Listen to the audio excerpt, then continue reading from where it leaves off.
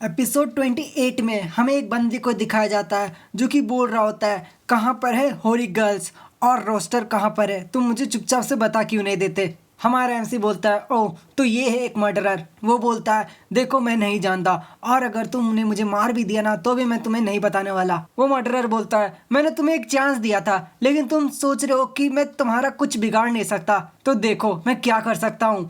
और उसने कुछ ऐसा किया ना जिसको देखकर हमारे एमसी की फट के हाथ में आ गई और आप सबकी भी फट के हाथ में आ जाएगी। उसने उस लड़की के अंदर पूरा का पूरा एक तलवार घुसेड़ दिया और उसे बहुत बेदर्दी से मारा है और आप भी स्क्रीन में देख सकते हो। और यहीं पे हमारा एमसी अपने स्टेट मतलब अपने ओरिजिनल फॉर्म में वापस आ जाता है। गुआन बोलती है, हे ब्रदर आ जाओ, गले लग जाओ, तुम वापस आ गए हो। सेक्शन चीफ बोलता है, देखो गुआन मजाक मत करो, यहाँ पे सीरियस मैटर चल रहा है। वो पूछता है, हे यूनजी तुमने वहाँ पर क्या देखा, मुझे सच सच बताओ और हाँ पूरा डिटेल में बताना। हमारा एमसी बताता है कि वो एक मेल था जिसका एज करीबन 30 और 35 के बीच में लग रहा था। वो बहुत ही हट्टा कट्टा था, उसके बहुत ही लंबे बाल थे और साथ ही में उसने अपने गले में एक नेकलेस पहना हुआ था। बुड्ढा बोलता है, बहुत अच्छे तरह से तुमने उस मर्डरर का फेस का रिकॉग्नाइजेशन किया, ये इस केस में बहुत ही ज्यादा हेल्प करेगा। ग्वान पूछती है, क्या उसने उस लड़की के साथ कुछ गलत काम किया। हमारा एमसी बोलता है, हाँ उसने बहुत ही गंदा काम किया जो कि मैं आपको बता भी नहीं सकता हूँ। फिर ग्वान बोलती है,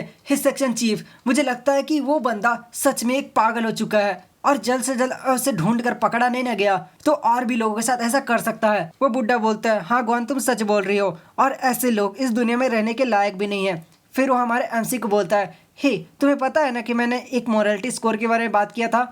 हमारा एमसी बोलता है, हाँ मैं जानता हूँ। दोस्तों यहाँ पे अगर आपको नहीं पता कि मोरालिटी स्कोर क्या है तो मैं आपको बता देना चाहता हूँ। देखिए, जब भी कोई स्पिरिट वॉकर बनता है तो उसके पास एक मोरालिटी स्कोर दिया जाता है और जो मोरालिटी स्कोर है वो 60 के नीचे अगर पहुँच जाता है ना तो जितने भी स्पिरिट वॉकर्स होते हैं ना सबके पास उस बंदे का लोकेशन पहुँच जाता है और सभी लोग मिलकर उस बंदे को मार देते हैं। अब ये 60 से नीचे क्यों पहुँचता है, देखिए जब कोई, ये बता रहा है बुड्ढा, जब कोई गलत काम करता है जैसे कि गलत काम मतलब आप समझ ही चुके होंगे, तो उसका मोरालिटी स्कोर धीरे धीरे घटने लगता है।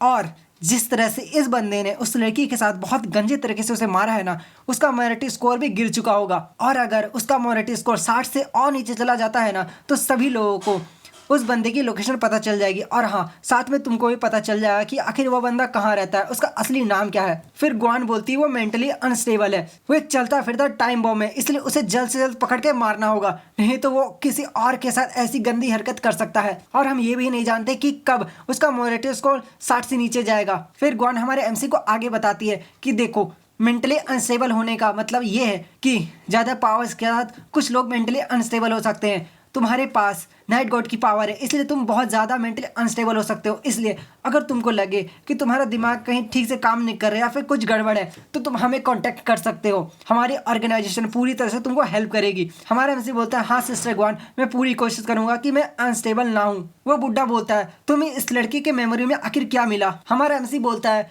मर्डर उसे बार बार फोर्स कर रहा था किसी रोस्टर के बारे में और एक होरी ग्लेयर के बारे में। बुड्ढा बोलता है, होरी ग्लेयर और रोस्टर, क्या तुम्हें इसके बारे में कुछ पता चला। हमारा एमसी बोलता है, नहीं इसके मेमोरी में इसके बारे में कोई भी इंफॉर्मेशन नहीं है। फिर आगे बुड्ढा बोलता है, ये केस तो और भी कॉम्प्लिकेटेड होते जा रहा है, आखिर ये है क्या, इस बंदे ने हमसे बहुत चीज छुपाई है। फिर आगे बोलता है, बहुत बढ़िया, तुमने बहुत ही अच्छा काम किया कि तुम हमारी मदद के लिए आए हैं, तुम्हारी वजह से ये केस और भी जल्दी सॉल्व हो जाएगा और हमें वो पता चला जो कि हमें बिल्कुल भी पता नहीं था। और हाँ जाते समय अपने लिए एक कॉस्ट्यूम सिला लेना क्योंकि तुम इस तरह से घर के कपड़ों में यहाँ पे नहीं आ सकते, ये एक ऑफिस है, ठीक है ना। हमारा एमसी बोलता है, ठीक है। ग्वान बोलती है, तुम्हें एक बहुत ही अच्छा फॉर्मल ड्रेस सिलाना पड़ेगा। हमारा एमसी बोलता है, हाँ बड़ी बड़ी कंपनियों में रूल्स बड़े स्ट्रिक्ट होते हैं ना, ड्रेस कोड भी रहता है यार, नहीं तो मुझे तो अपना यही ड्रेस कंफर्टेबल लगता है।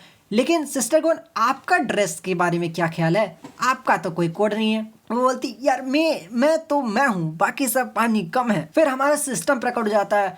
तभी हमारा एमसी बोलता है, हे सिस्टर ग्वान अभी अभी मुझे पता चला कि मैंने 2 एक्सपीरियंस पॉइंट कमाए। ग्वान बोलती, हाँ ऐसा नाइट गॉड के साथ हमेशा होता रहता है, उनके एक्सपीरियंस बढ़ते रहते हैं जैसे जैसे वो आत्मा को टाइगर करते हैं यानी कि आत्मा को खाते हैं और इससे तुम्हारी पावर भी बढ़ चुकी होगी। चलो क्या तुम मेरे साथ प्रैक्टिस करना चाहते हो, हम दोनों मिलकर प्रैक्टिस करते हैं। एमसी बोलता, नहीं मैं तो बस एक बच्चा हूँ, आप मेरे साथ प्रैक्टिस मत कीजिए। और यहाँ पे हमारा एपिसोड 28 खत्म हो जाता है।